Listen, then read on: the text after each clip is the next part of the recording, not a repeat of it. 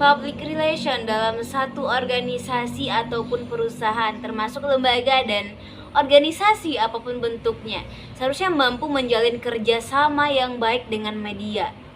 Hal ini menjadi satu hal yang penting karena di satu sisi, di satu pihak, media akan mendapatkan sumber-sumber berita yang sangat berkualitas dengan penjelasan yang detail tanpa harus menganalisis kembali berita tersebut.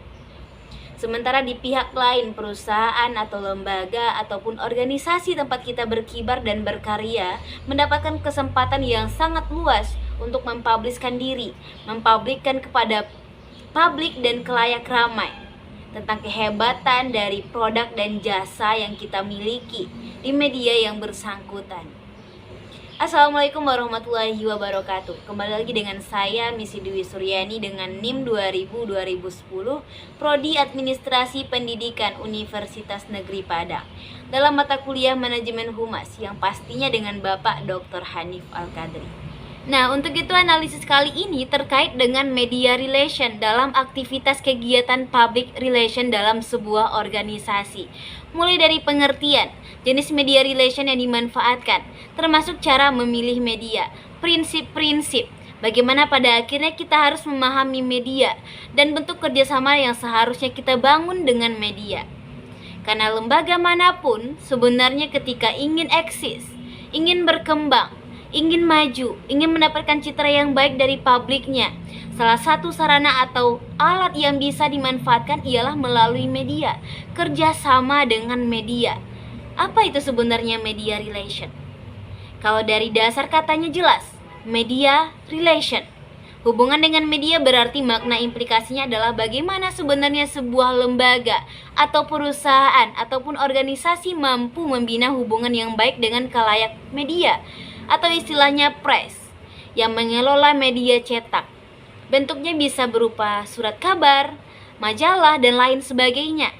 Termasuk juga media elektronik, radio dan televisi, media-media online, dan media-media sosial lainnya. Media relation juga bisa dimaknain sebagai satu usaha dari lembaga untuk mencapai pemuatan ataupun penyiaran yang bisa menjadi sangat maksimal atas satu informasi ataupun pesan dari lembaga melalui tangan-tangan praktisi ke-PR-an atau humas dalam membentuk pengetahuan dan pemahaman khalayak atau publik dari lembaga tersebut. Apakah internal dan eksternal, ataupun perusahaan di mana sumber berita atau informasi itu akan dipublish melalui media yang dipilih. Artinya, media menjadi sarana penunjang sampainya informasi terkait dengan lembaga, terkait dengan produk, terkait dengan jasa yang ingin kita sampaikan kepada publiknya kita, tanpa mengeluarkan tenaga yang besar, mengeluarkan waktu yang banyak, tanpa memakan biaya yang relatif lebih sedikit dibandingkan harus mengerjakannya sendiri. Syarat utama dalam menjalin hubungan dengan media adalah dengan mengenal media massa, media yang ada, diajak bekerja sama, atau dijadikan sebagai mitra pemberitaan maupun publikasi dari perusahaan atau lembaga tempat kita ingin mempublishkan berita. Kata orang istilahnya tak kenal maka tak sayang. Maka memang harus ada proses pengenalan terlebih dahulu. Artinya apa? Market dari si media itu apa? Jangkauannya sejauh mana? Citranya bagaimana? Karena kondisi-kondisi yang seperti ini akan sangat mempengaruhi berita yang akan sampai ke khalayak atau justru penerimaan dari khalayak atau publik. Soal citra, media yang misalnya kalau media tersebut istilahnya memiliki citra yang kurang baik dari market yang ingin kita kejar, justru artinya berita yang akan dikeluarkan oleh media tersebut dianggap berita yang ada dalam tanda kutip. Jadi pengenalan dari media itu menjadi syarat pertama. Kemudian, setelah pemilihan media dilakukan lebih jauh, seharusnya para praktisi PR lembaga diajak mengenali institusi media dan mengenali gaya si wartawan, gaya si yang punya media. Artinya apa? Ujung tombak dari media itu untuk menaikkan berita adalah melalui tangan dan kelihayan orang-orang yang kita sebut sebagai jurnalis atau wartawan. Jadi termasuk wartawannya, kita harus tahu dan membawa mereka untuk mengenali lembaga atau institusi kita. Atau justru sebaliknya, kita para praktisi PR harus datang mengenali lebih jauh tentang institusi media yang akan kita ajak bekerja sama, dan termasuk mengenali para wartawannya. Jadi memang harus kita kenali dulu medianya apa, seperti apa publiknya, marketnya, termasuk wartawannya. Kemudian mengenali gaya wartawan itu adalah menjadi satu keharusan penting, mengingatkan sering tidak harmonisnya hubungan antara wartawan dengan dia. Media massa, apa itu? Media komunikasi dan informasi yang tugasnya adalah melakukan penyebaran informasi secara massal dan dapat diakses oleh masyarakat umumnya secara massal pula. Ini bentuknya apa? Proses penyampaian pesan melalui media massa biasanya terjadi dalam satu arah dengan efek yang tidak langsung. Nah, seringkali masyarakat mengartikan press sebagai media, padahal tidak. Yang namanya press itu mencakup segala lapisan dalam bentuk media, baik cetak maupun elektronik, termasuk media sosial, termasuk internet sebagai wadahnya. Ini menjadi wajar terkait sejarah karena media cetak memang lahir jauh sebelum media elektronik muncul, apalagi media sosial sekarang. Sehingga dapat dimaklumin jika media cetak begitu mengakar di benak masyarakat, sehingga ketika ditanya, "Pers itu apa?" Jawabannya adalah media cetak. Padahal semua yang terkait dengan media yang sifatnya mempublish informasi termasuk elektronik dan media sosial yang sekarang termasuk dalam kategori dan jenis press atau media massa. Jadi kepiawaian dan instingnya yang dimiliki oleh PR lembaga terhadap media yang akan dipilih sangat menentukan efek, pengaruh, dan keberhasilan berita yang akan dinaikkan terkait pada produk dan jasanya lembaga. Jika misalnya kita ditakdirkan sebagai public relation di sebuah lembaga, ada yang mesti kita ingat, ada yang perlu kita pelajari, kita pahami, dan kita yakini terkait dengan prinsip-prinsip kerja media, sehingga pada akhirnya kita juga bisa mengenali. Yang pertama adalah prinsip dari media itu. Media massa pada prinsipnya menyajikan kenyataan dengan cara tertentu. Jadi yang dijual itu adalah kenyataan dan fakta. Jadi jangan pernah menjual informasi yang sebenarnya tidak bisa dibuktikan kenyataannya atau faktanya ataupun datanya. Kenapa? Karena kalau media memberitakan semua sesuatu yang tidak real terhadap masyarakat atau publik, pada umumnya akan lambat laun bisa membuktikannya. Ketika itu terbukti, maka yang kena bukan hanya sebagai lembaga kita, tapi media juga akan tercoret. Dan biasanya ketika media tercoret, mereka tidak akan mau lagi bekerja sama dengan kita. Ketika media sudah punya nilai buruk, citra buruk terhadap lembaga kita, yang dianggap notabene menjual iklan, artinya tidak menjual real kenyataan, ini akan sampai pada media-media lain. Yang kedua prinsipnya adalah media massa membentuk kenyataan.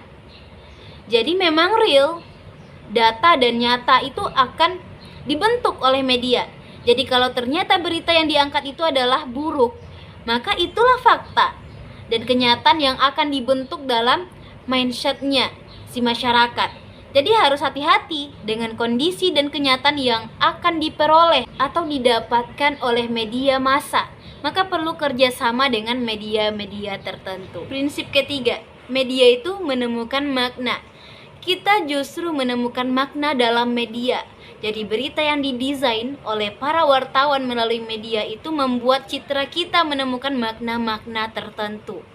Maka media yang luar biasa adalah media yang bisa membangun dengan konteks real melalui fakta dan data empirik di lapangan. Berikutnya yang menjadi prinsip dan seharusnya dipahami oleh praktisi PR ketika ingin memanfaatkan atau bekerja sama dengan media relation, yaitu terkait dengan para pekerja media.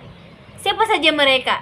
Mulai dari editor, redaktur, dan yang terakhir menjadi ujung tombaknya ialah wartawan atau jurnalis. Dan inilah yang paling penting, yang sering terlibat wartawan atau jurnalis dengan para praktisi PR, public relation di lapangan. Kerja wartawan itu seperti apa? Kerja wartawan atau jurnalis itu satu yang jelas secara umum. Pekerjaan wartawan atau jurnalis adalah pekerjaan yang selalu diburu oleh waktu. Mereka itu time is money. Yang kedua, jam kerja wartawan itu seringkali tidak lazim karena mereka bisa kerja siang, malam, pagi. Yang ketiga, dalam kondisi-kondisi tertentu, wartawan seringkali kehilangan hari libur. Apa yang kita pahami sebagai praktisi PR, public relation terhadap wartawan atau jurnalis? Ini akan terkait dengan karakteristik mereka. Artinya apa? 1. Wartawan tidak menyukai protokol R. Jadi tidak usah berpanjang-panjang karena time is money bagi mereka. Jadi langsung to the point aja. Yang kedua, wartawan itu dikejar deadline. Jadi buat mereka tidak ada istilah santai-santai. Tidak ada istilah santai-santai dulu gitu. Yang ketiga, wartawan menyukai persahabatan. Karena pertemanan akan membuat enak berita itu disampaikan. Wartawan menyukai eksklusivitas. Semakin eksklusif, beritanya semakin keren buat mereka untuk mempublishnya. Jadi kemampuan komunikasi, skill komunikasi dari public relation-nya kita atau praktisi PR-nya lembaga akan sangat menentukan. Sekarang kita lihat berbagai macam kegiatan aktivitas dalam membina hubungan baik dengan media atau media relation. Artinya itu adalah kegiatan-kegiatan yang dilakukan oleh praktisi PR. Yang pertama kita menyebutnya sebagai press conference atau konferensi press atau media. Artinya duduk bersama sekelompok wartawan media press untuk menyampaikan meluruskan satu berita berkaitan dengan isu yang lagi berkembang. Yang kedua namanya press briefing.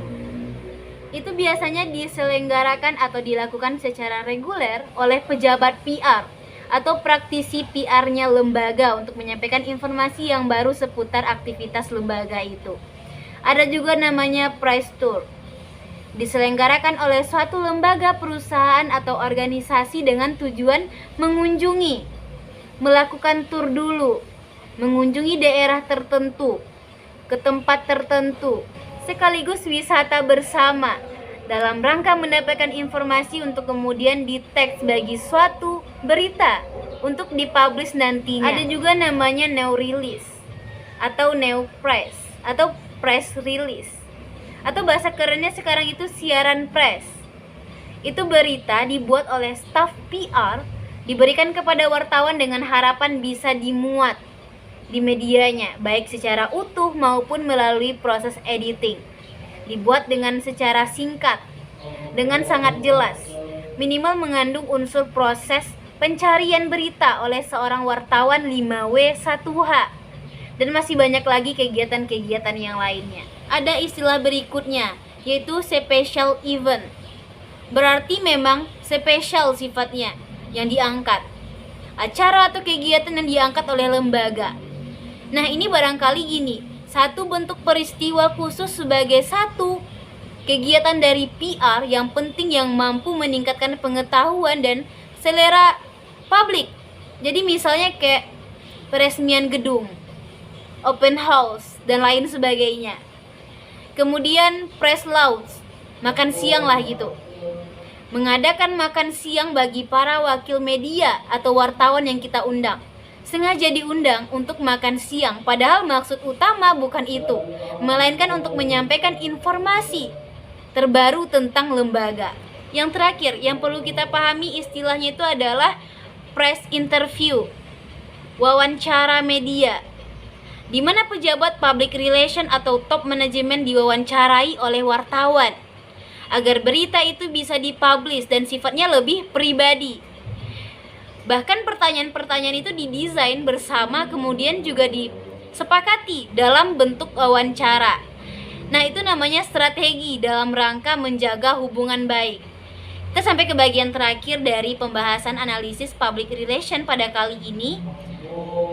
Dan ini terkait dengan etika media relation.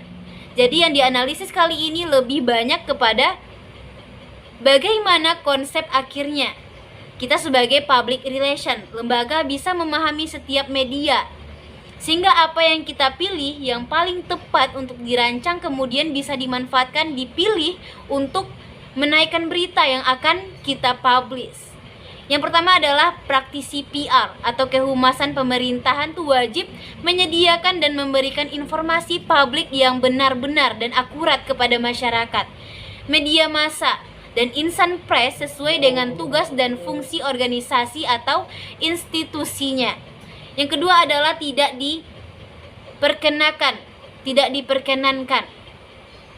dibolehkan melakukan penekanan terhadap media massa karena media massa sifatnya independen. Kode etik yang lainnya yang bisa apa? Kode etik wartawan Indonesia yang bisa kita pahami adalah wartawan menghormati hak masyarakat untuk memperoleh informasi yang benar, bukan informasi yang salah. Wartawan Indonesia menempuh cara yang etis untuk memperoleh dan menyiarkan informasi serta memberikan identitas kepada informasi, kepada sumber informasi. Wartawan Indonesia juga tidak menerima suap dan tidak menyalahgunakan profesinya. Demikianlah analisis pada kesempatan kali ini. Saya Missy Dewi Suryani, mudah-mudahan bisa bermanfaat untuk kita semua. Saya akhiri dengan wassalamualaikum warahmatullahi wabarakatuh.